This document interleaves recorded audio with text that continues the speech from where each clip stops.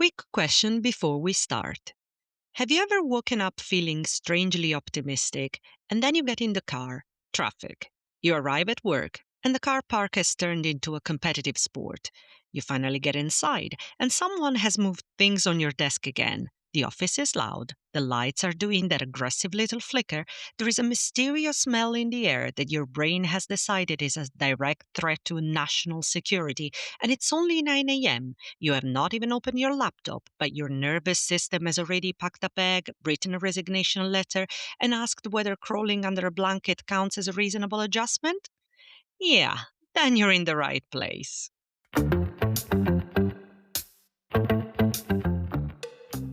You're listening to the Spacious Brain Podcast, where real neurodivergent humans with real jobs and real daily chaos overshare with pride. Minus the glossy, my ADHD is my superpower nonsense. Hi, I'm Noemi, a scientist, a neurodiversity coach. Yes, someone who will absolutely derail into a story from when I was 12 because I'm ADHD and tangents are my love language. If you ever felt alone or felt like the Temu version of neurodivergent because you're not an entrepreneur, not a CEO, and you forget to eat and drink on the same day, you're in the right place. Let's keep this real.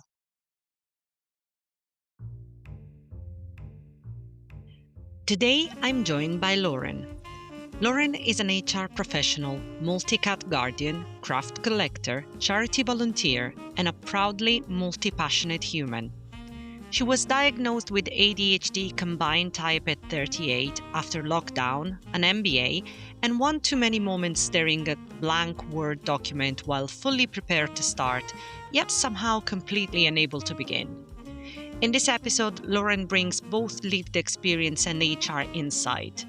We talk about late diagnosis, relief, rejection sensitivity, hobby graveyards, the strange joy of hyperfocus, and why workplaces need fewer forms and more human conversations. She also shares her visual neurotrait framework, a free tool designed to help people understand how their traits show up in real life beyond neat diagnostic boxes. Also, small talk gets formally put on trial. The verdict is not looking good.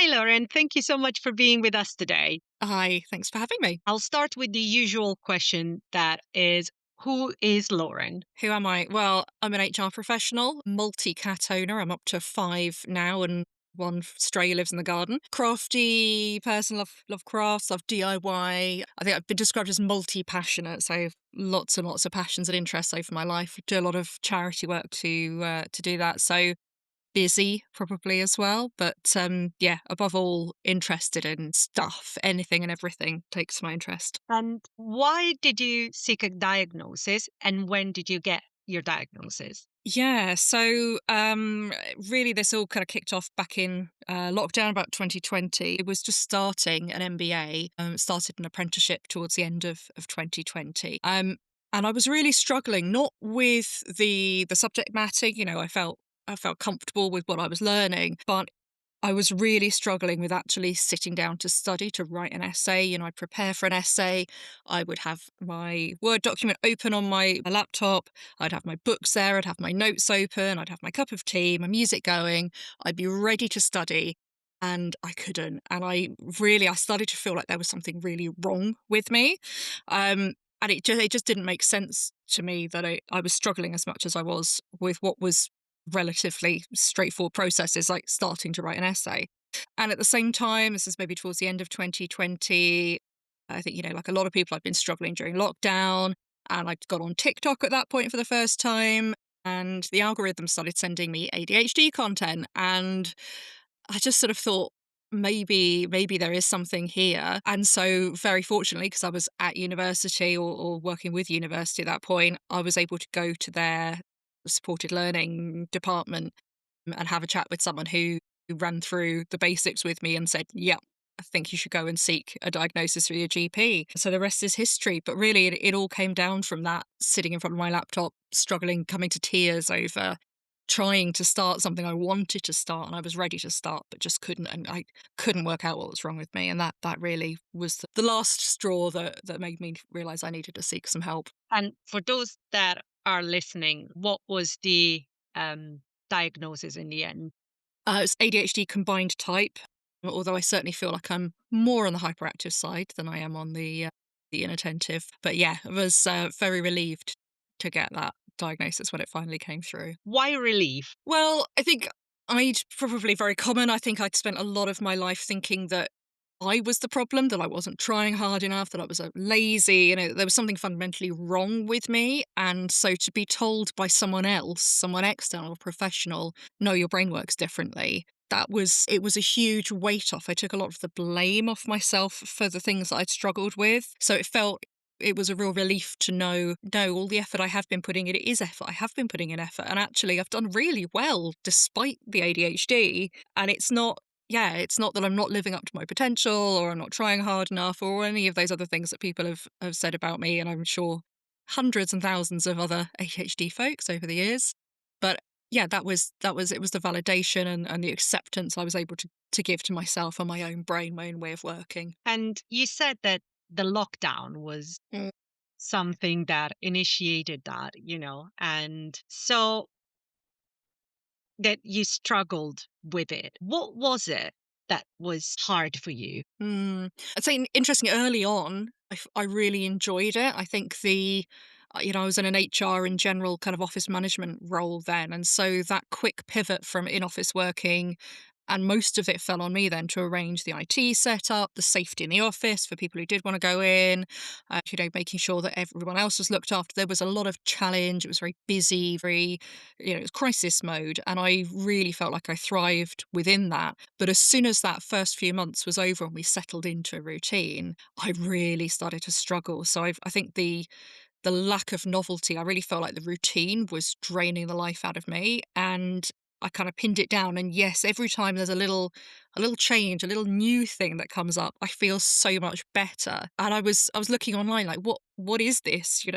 What this sort of novelty seeking, what is it? And I kind of started to come across ADHD pages on the internet at that point, but kind of dismissed it because my brother was diagnosed as a kid with ADHD, but presents very differently. So I kind of went, oh no, it's not that. I'm not like him, so it can't be that. So dismissed it. But really, it was that interesting balance between the lack of novelty but also the lack of control I had over time. I couldn't plan anything, I couldn't put anything in place, I couldn't look forward to anything. And that was a kind of weird duality that I've had to kind of come to terms with in me, is I need that structure but I also need the novelty. I need to be able to plan ahead to keep myself motivated and going. There's stuff to look forward to. There are deadlines coming up, all of those things. So it's a weird need for both structure and novelty. And I wasn't really getting either. It was just drifting from one day to another with everything the same again and again and again during lockdown. And I really started to feel like I was going to go crazy. It was really weird how it showed up in my brain, just this itch that I couldn't scratch, 1 hour allotted exercise, walking around the same neighborhood every day. And that just, I can't believe how difficult that was. Such a small thing, such a small change in my life. I found immensely difficult. And it's interesting because you mentioned it started with TikTok, right? And there is this conversation that goes around social media and how that actually made people think that everybody has ADHD, Mm-hmm. right? Or everybody is neurodivergent, while others think, well, it's just a start. Of course, it cannot be perfect, but it's good that people talk about it. And I wonder, based on your experience, what is your opinion about it? I think it's enormously helpful. I think that particularly, when I got diagnosed, I was 38, and actually the average age for women being diagnosed with ADHD at that point was 38. I was bang on. And as I said, my brother was diagnosed, he was, I don't know, maybe 12, 13, something like that. And I'm 3 years older than him. So back then, I think it was boys got recognized much more easily. And you also had to you had to stand out. So be very naughty or, very distracted. There had to be something quite severe for them to really kind of pay attention to you. And I think the value that something like TikTok or generally social media has brought is understanding that neurodiversity as a whole looks very different in very different people. Depends on your culture, your gender, the kind of circumstances you're growing up in, your class, financial sort of backgrounds. All of those things really vary what it looks like in people and who will recognize it. So I think it's been almost a democratization. It's people with ADHD speaking to other people with ADHD about experiences. It's not medical professionals or education professionals telling people what is good and what is bad and what fits a diagnosis and what doesn't. It's about experiences. And I think that's hugely powerful. And I really don't think I would ever have got a diagnosis had I not been on TikTok and done the self-diagnosis route. And which I also think, that you can't get help if you don't self-diagnose. You could go to doctors for, I'd be going to doctors for a long time saying, I don't sleep, or, I really struggle with this and I really struggle with that. And this is a problem and that's a problem. And they don't put them together and say, well, you might have ADHD. So without having gone there and said the words ADHD, I never would have got that diagnosis. So I think for me, it's been hugely valuable and I recognise it in other people. And I really think, and I encourage people, particularly in the workplace, in my role in HR, to say, you don't need a diagnosis to get help from your workplace legally. That's not a requirement. And actually, if you're not going to get medication, you don't need to go down that route. It can be massively validating. For me, that's been a real value, is that validation, having the external view to say, yeah, you're not broken. That's not an essential part. Getting medical with neurodivergence is not an essential part of the experience. It's about knowing yourself, knowing how you show up, how the world impacts you, and how to live better and work better and study better and all of those things. And if you can if more people do that, who cares? If some people who just have a bit of distractibility think that they're ADHD, so what? It's not the end of the world. I think, there's a whole separate conversation about the availability of support and resources, which I'm not going to touch, but it is a massively political thing. There should be more support for everyone, regardless of whether you hit a threshold for a diagnosis or not. So yeah, I'm a huge fan of ADHD TikTok and talking about it on social media and more people understanding how it shows up. I think where we need to be careful is recognizing that, a bit of distractibility isn't as much of a disability as like you might call a full-blown diagnostic level of neurodiversity. I think that's maybe important to make sure that we don't lose the support for the people with really high needs and really high levels of support to help them navigate normal life. But as long as we're cautious about that and we look at people as individuals and how they struggle in the world and support them with those struggles, I think, great, knock yourself out, go for it. More diagnosis, the better. I'm glad you touched, on your personal experience as an HR professional and the fact that you don't need a diagnosis to receive support from your workplace. And that is the most powerful message because there are so many people that struggle. Like I know, for example, that even now that I have disclosed my diagnosis, like there are things that I would still probably not ask for. And maybe because I don't even know that I need them. It's because I have navigated my entire life by creating infrastructure for myself to just navigate through a neurotypical world that I don't even know what's possible. So having somebody that understands the other side of the story, I think it's really important. So thank you for saying that. And you touched also briefly about your brother and the fact that he was diagnosed, he was younger than you. I will start asking, how were you as a child then? This whole process has been very, very interesting in terms of looking back. And I really feel very sorry for the little girl that I was. I think that's been one of the big impacts of that diagnosis. It was a very, very mixed set of emotions. And one of them is sadness, really, and compassion for that little girl who was hugely passionate and curious and full of energy and excitement about the world and finding stuff out and going places and doing things, and having to fit into a school world where you're told, no, sit down, be quiet, being too loud, you're disrupting other people. We're not talking about that now. We're doing something else. And those criticisms of, why aren't you focusing? Why aren't you paying attention? You've got so much potential. If only you would, pay attention, apply yourself, whatever. And I think, that's really sad that got a lot of people spend a lot of time trying to squash a lot of those really, what I think are still positive traits out of me. And I would say they haven't always been successful. I often, find myself not using my indoor voice when I'm excited about stuff or talking too much when I'm passionate about stuff.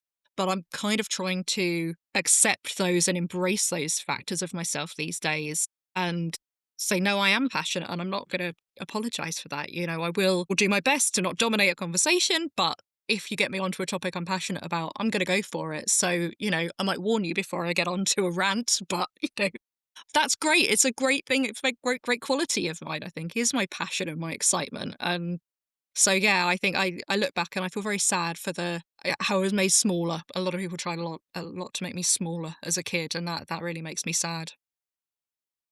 It really resonates a lot with me because I felt exactly the same, and I did the same journey, right? Of looking back and seeing yourself through a different lens is healing in a way, but it's also very sad. There is a lot of grief associated with it. And then you understand some of the challenges. Like I've struggled with mental health growing up. So that in that view, you start seeing why. And one of the things, for example, that I found to still feel big and not being squashed, like I studied as a singer or I studied drama, so I was on a stage and Mm. I was performing, and that was my way to take my space. Take my space in the world in a way that people cannot miss. And I think like I've also always struggled, for example, with my weight. And partially probably because it was my dopamine seeking and I was self-medicating with food and chocolate. Yes, me too. But in another hand, it was probably another way for me to take up space, right? In a world that wasn't fit for me. How, when you look back, how did you feel about all of that? Did you had the same struggles? Yeah, interesting. I can't say I've struggled with weight until later in my life, but certainly that's something I found as, when I'm in a more stressful period, I gain massive amounts of weight because all I want to do is eat rubbish, the sugar, the fat, carbs. Just, I cannot get enough of them. But so, no, I didn't struggle with that. I think I struggled with a lack of exercise, actually. I think that was more I wasn't brought up in a sporty family, but I felt the physical urge to move a lot. I really needed to, but I couldn't, which that was very difficult for me. Yeah, I don't know. It's hard to think. I did do a lot of performing and things, and I don't know if you're familiar with live action role playing and Yeah, yeah. tabletop role playing. So I got into those very young. And I think that probably, like you say, the drama, that performance really helped in a lot of ways. I was able to channel some of that energy and excitement and passion and the desire to be different people as well, change from day to day. I think that's quite important. So that I did channel it that way, I think. And even today, I really love speaking, public speaking. I love training sessions. I really struggle one to one with people, but put me up on a stage in front of 300 people, happy as anything. Like I enjoy it. So yeah, I think I recognize what you said.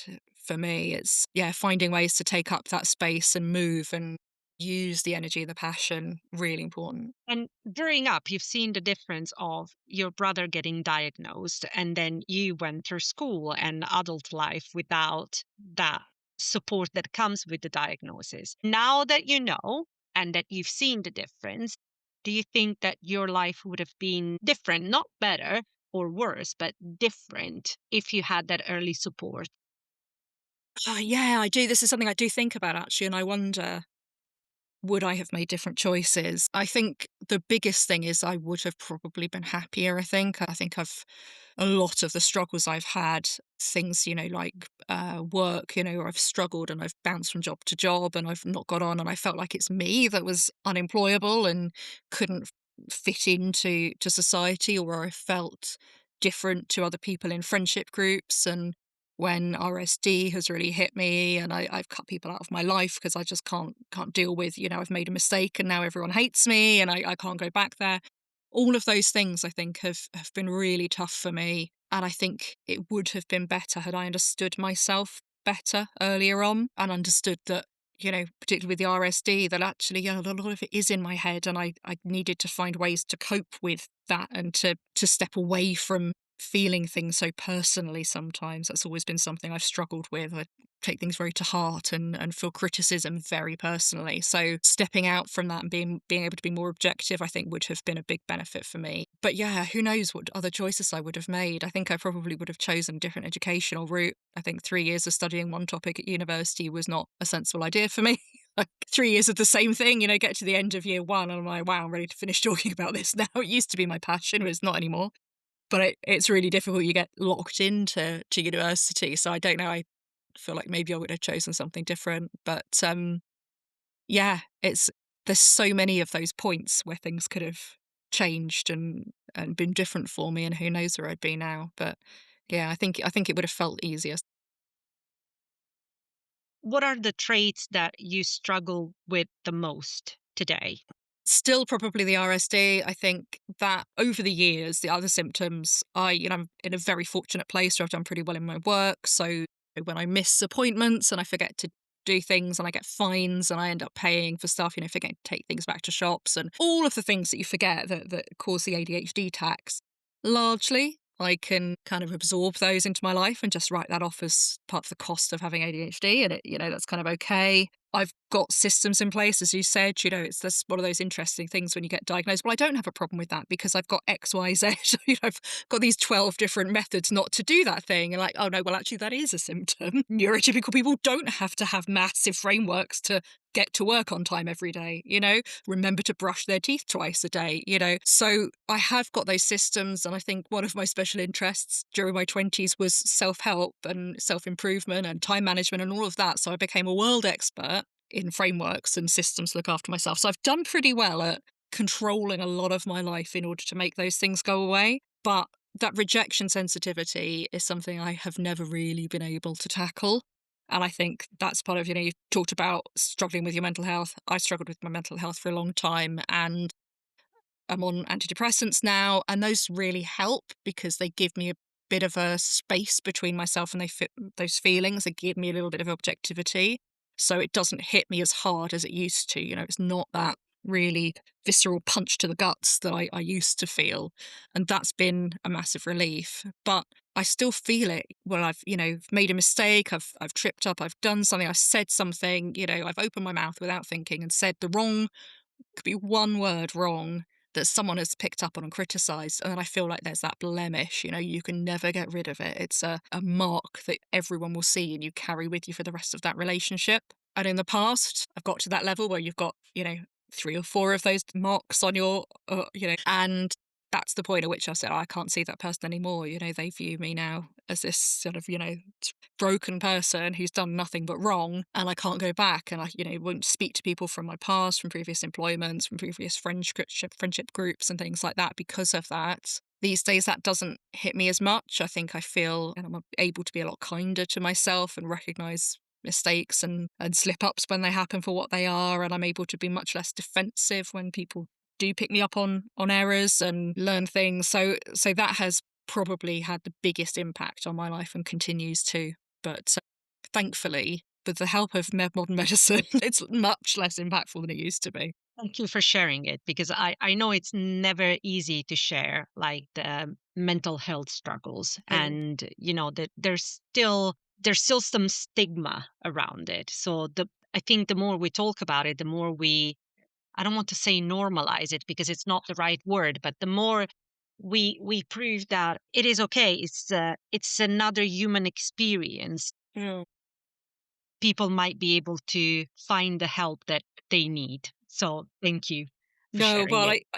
absolutely. I think that sort of, normalization, as you say, it's not quite right necessarily, but the openness of talking about these things, other people talking about this sort of thing is what's got me to where I am and to why I feel so much better about myself and understand myself better. So I love being able to return the favor. And I think it's really important that as many of us who can do really. That's something I can give. I've got a lot of privilege in my life and I should be using that to help other people. So the more I can be open about my experiences and how I felt and the things that have worked for me, the better, I think. One of the things that I was really looking forward to ask you, because, I want to talk with professionals that are at work, and you bring a unique perspective with your background in HR.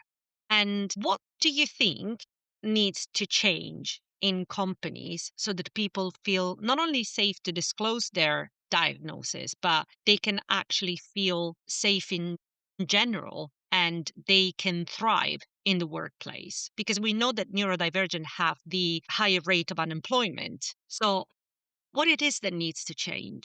I've got a bit of a rant about this. This is one of those rants I warn people about before I get into that topic. So I really feel like we need to return as an HR profession, as workplaces, in general, as a culture, we need to move away from structures and processes that we've used to protect ourselves over the years. An HR response to someone saying, I have ADHD, is generally to say, don't tell me anymore. Here's a form to fill out. Right now, we're going to send you to an occupational health therapist. Now, here's a thing. Now, here's another form to fill out.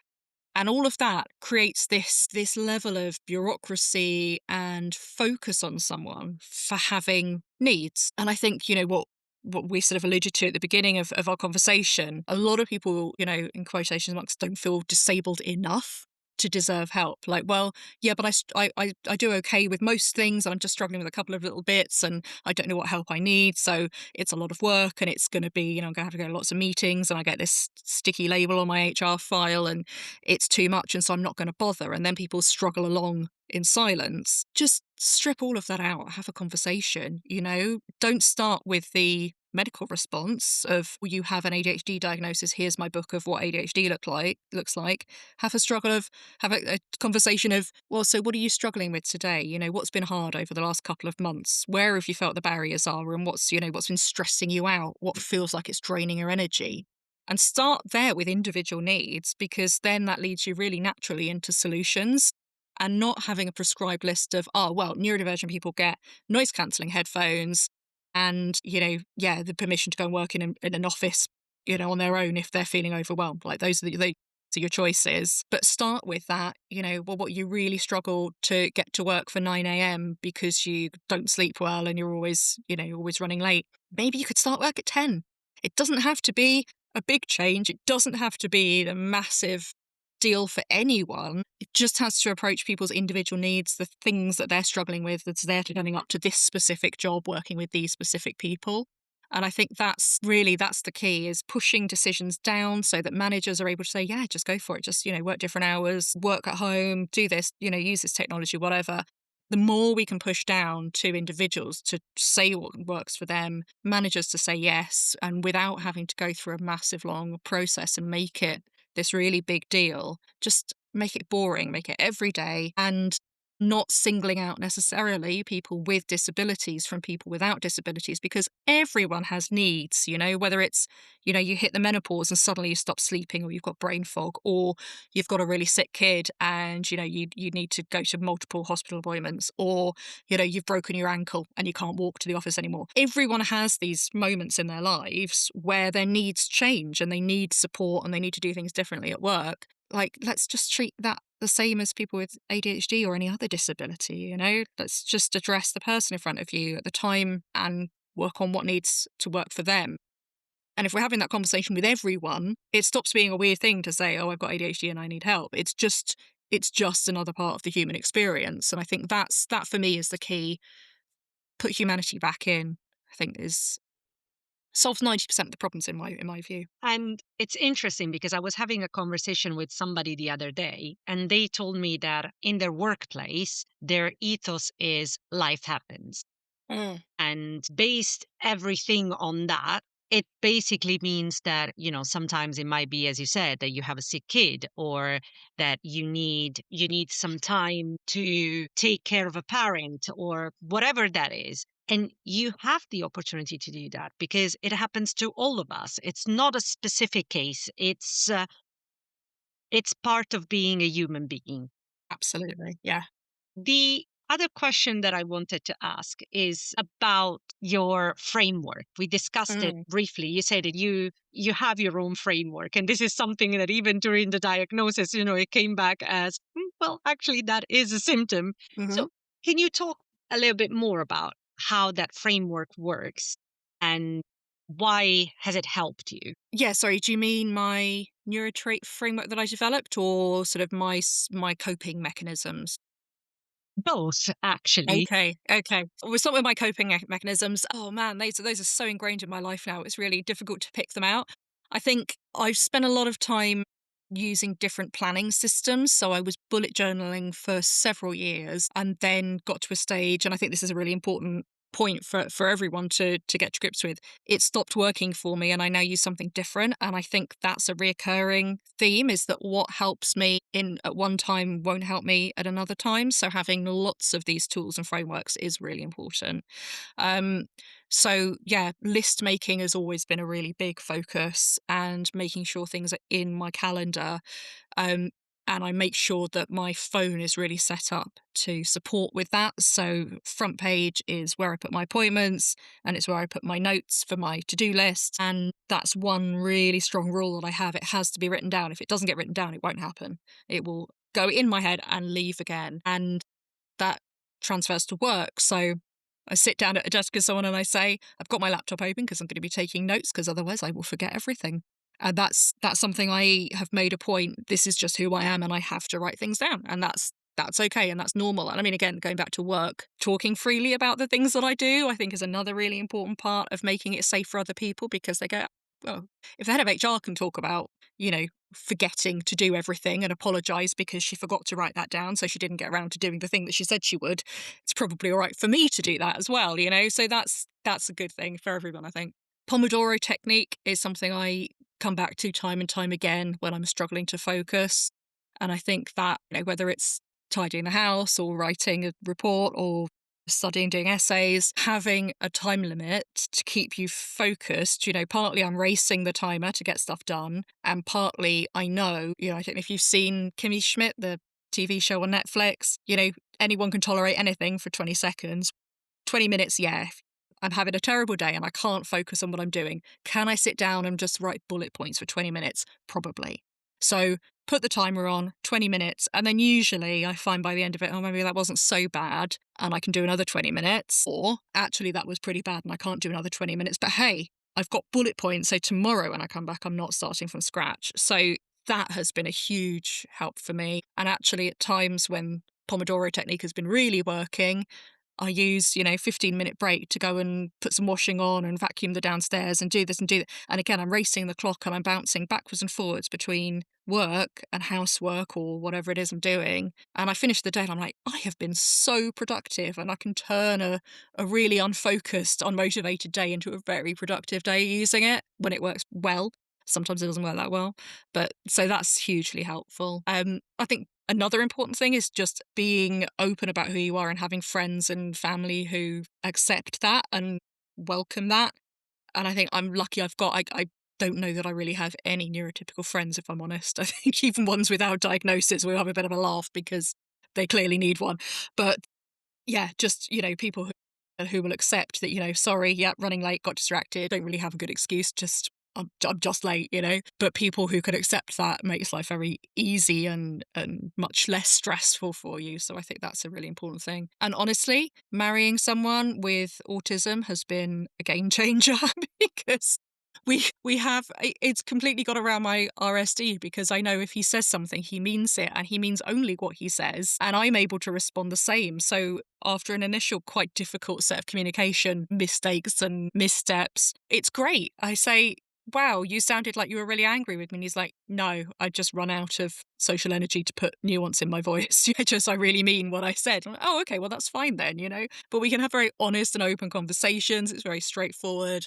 And we complement each other really well, actually. And I think that's probably a difficult one to arrange, but partners and workmates as well, who are on the opposite end of traits and neurodivergent spectrums, I think fantastically powerful. Big shout out to all my autistic colleagues over the years who've reined in my overexcitement and overenthusiasm about the topic and been like, yeah, but we need to put a time scale to this and a plan and a budget and somebody's actually got to do this work. Like, yeah, okay. But bringing that detail and the realism and the planning structure to my, creativity and excitement, it works really nicely, I think. So yeah, that's a really powerful thing that people can do in life. I think if you can find those people, hang on to them, because you make each other better, I think. And then you wanted to talk about your visual framework. Yeah, yeah. So this is something that came about. I was really struggling to explain how my ADHD turns up to people at work. And at the same time, I've also been thinking, I think like a lot of people, that probably I have a bunch of autistic traits as well as ADHD traits. And I think, for reasons we've already covered, I'm not interested actually in seeking a diagnosis. It won't change anything for me being diagnosed with autism. But recognizing those traits was important to me and understanding kind of how they fit into my life. And it felt very complex. And I was struggling to kind of get my hands on all the different aspects of myself and how I kind of, how I view the world, how my brain works. So I thought, I'm a very visual person. Let's start trying to draw this in some way and make it something very tangible. And so, very ADHD, classic, hyper focused on this, and ended up creating this whole framework and a website and templates for people to do it themselves. But it's a way to track traits. I've picked, I think, I can't remember how many, 17 traits. That's been the most difficult thing, is trying to narrow down the neurodivergent experience to enough that will fit on an A4 page. So yeah, so it is a bit narrowed down, but the idea is that you scale yourself on 1 to 10. How much does this symptom show up in my life or impact me, cause me issues? And you end up with like a little star diagram of who you are and what your traits are and how things show up as challenges or strengths. It's not a diagnosis model. It's not designed to really compare one person to another necessarily, because it's about its impact on your life. So, as we've said, that will vary depending on things like your ethnicity and your cultural background and your financial status and the kind of work you do and all those sorts of things. So it's about individuals understanding their own traits and how they show up and being able to explain them more easily to other people. My hope is that we can use these to start conversations at school and at home and at work. Because I really feel we should be moving away from talking about ADHD and autism as dyslexia as defined standalone conditions.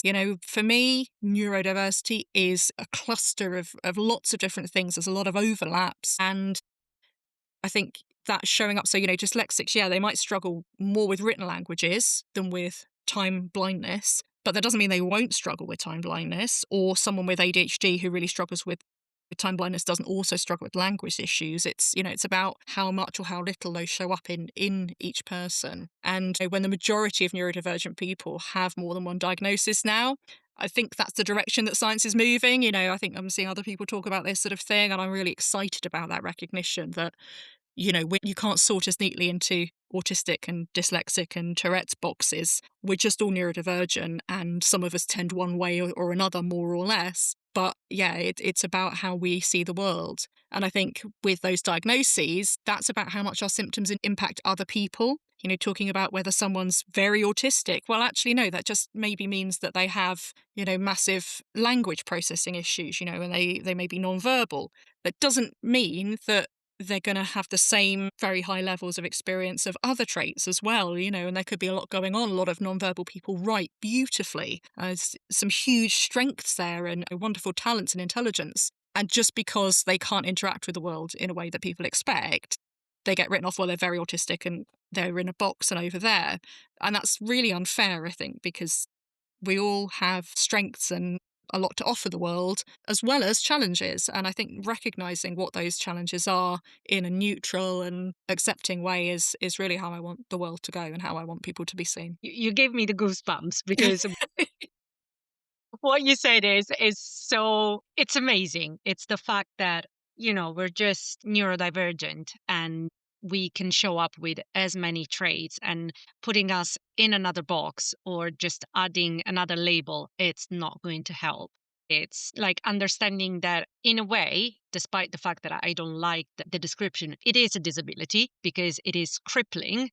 And that is the thing that people don't understand, because when I hear the phrase, oh, everybody is a little bit autistic, and you're Yeah. like, clearly you haven't lived through what it means to be neurodivergent, because you would know that it's not fun.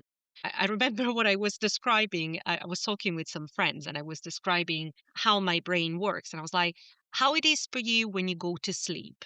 And I was like, nothing. I just shut it down and I go to sleep. And I was like, well, my brain basically splits into two. So there is one part that goes to sleep and I can still hear the other part of my brain that does something, which is either writing a chapter of my book or making notes about something that I did during the day, and I hear it. It's constant. It's that constant noise. And he looked at me like really puzzled and he was like, how do you rest? And I was like, that is a very interesting question. Yes, the age-old neurodivergent question. How do you rest?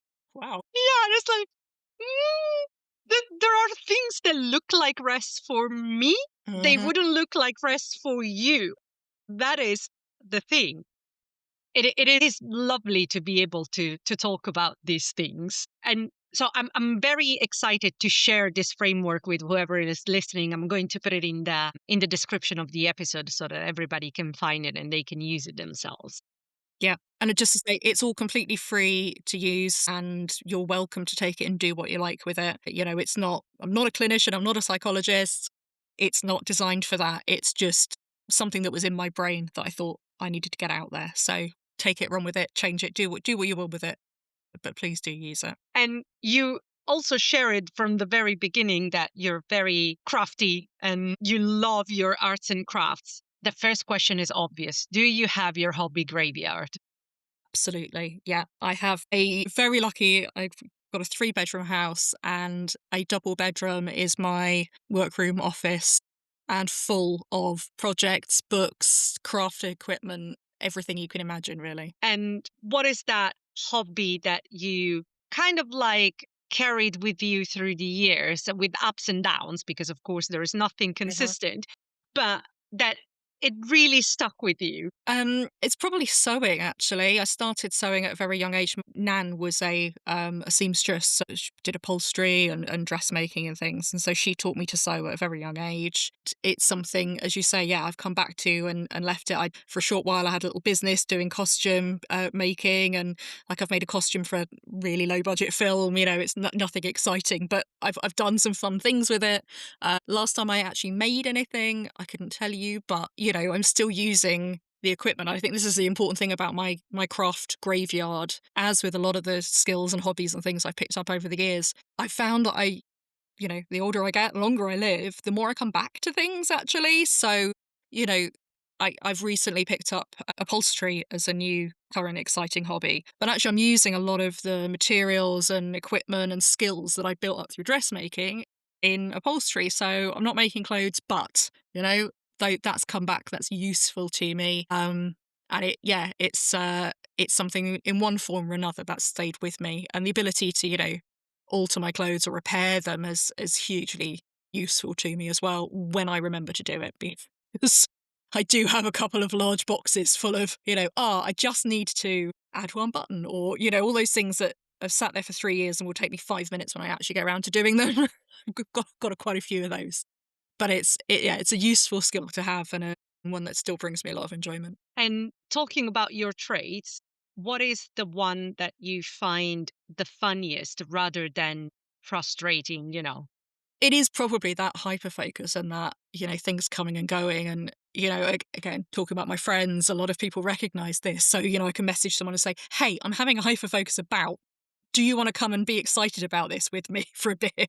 So sometimes people are like, yes, I'm in the same road, or oh, I did that before and I've got all the equipment or the books or the, and so that's helpful having that friendship group to support those interests. But I think, yeah, it used to be, it used to drive my mother insane because I'd be onto one thing and then onto the next, and she'd have just gone out and bought all of the equipment for me, and then I'd be like, oh, I don't want to swim anymore, or I don't want to do this. She refused to ever let me get into horse riding.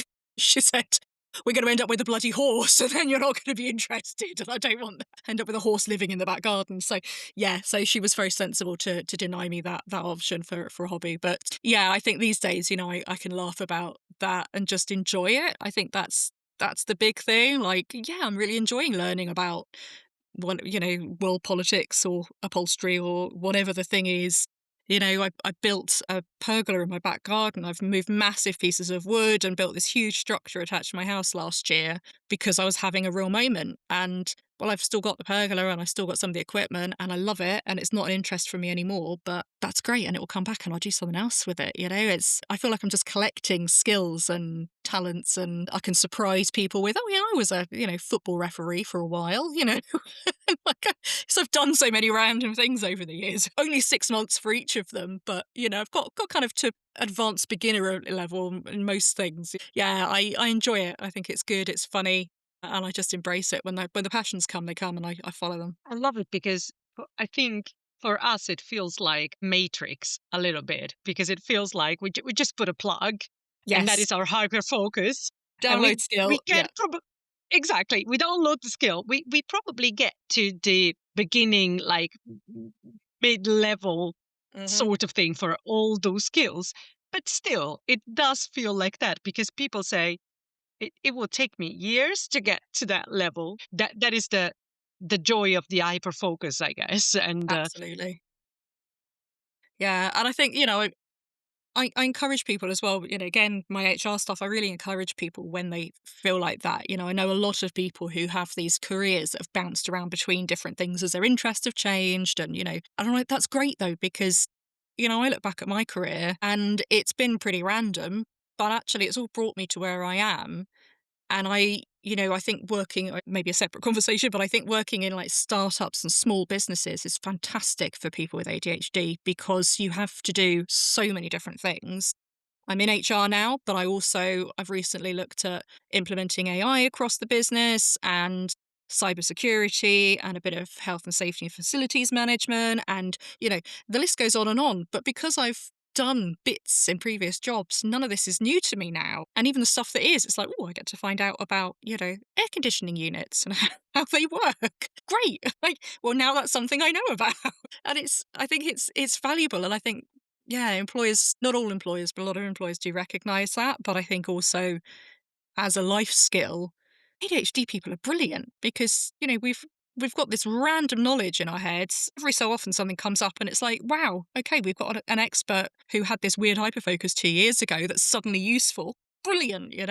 And occasionally something sparks. You're like, yeah, well, I'm going to go out and be the company expert on this really weird random thing because it's piqued my interest and I can hyperfocus on this now. So great, go do it, become the expert, and it's great. I think we're very helpful people to have around because of our weird brains. I like that what you said about the startups because it's true. When you work in a startup, I worked in a few. You have to wear many hats Uh, because it's the nature of the business at that point. But I also work in big companies, and there the difference is striking because you have your set mhm. defined role. And for somebody like us, that I usually describe myself as I'm hungry. Like I always want more. I want to learn more. I want to do more.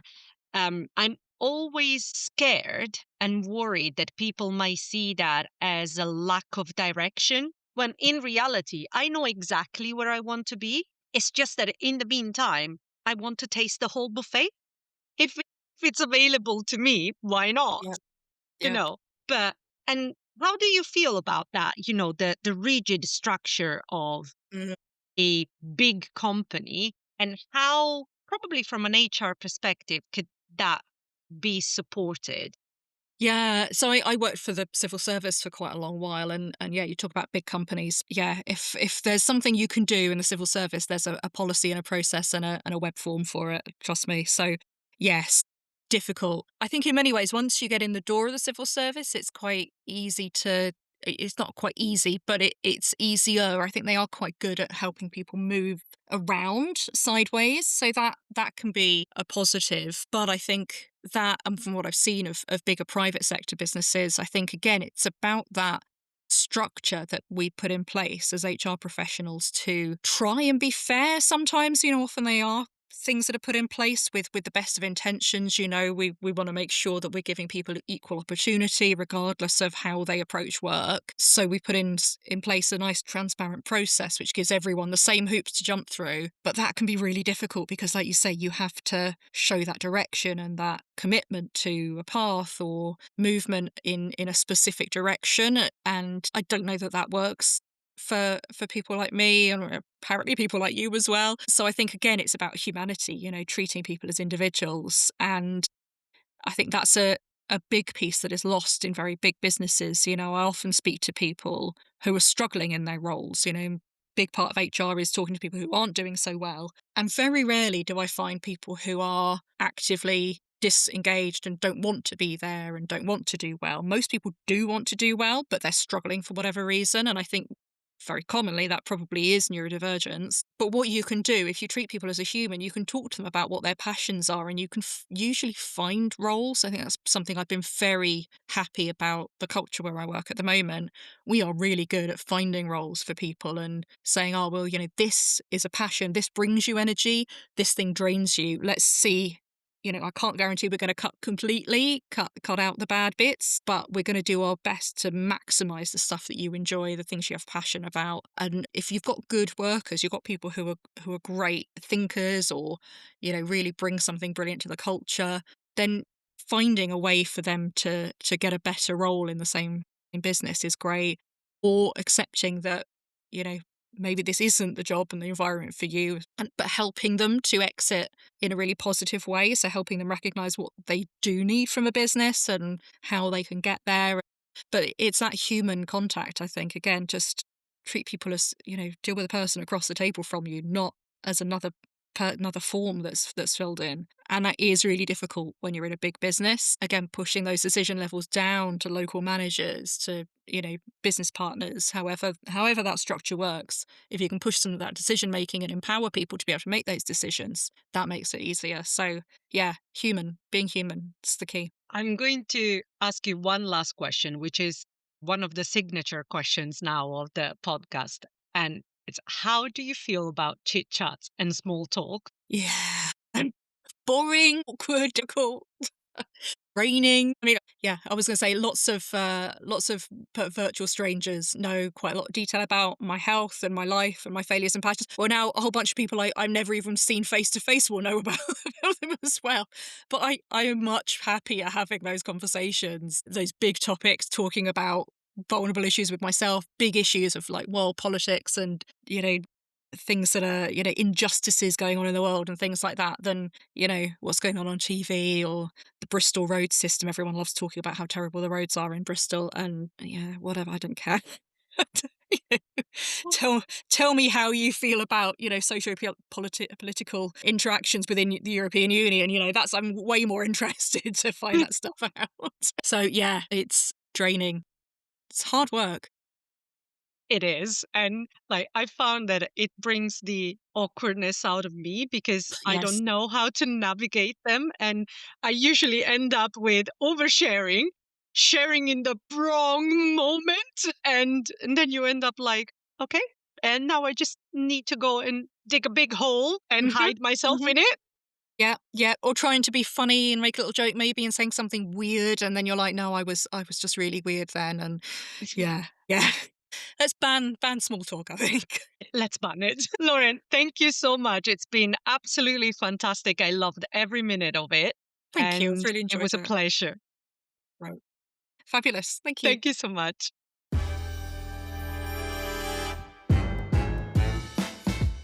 The Spacious Brain Podcast will come back soon with a new episode and new stories to share. So stay tuned and follow me now, before you forget.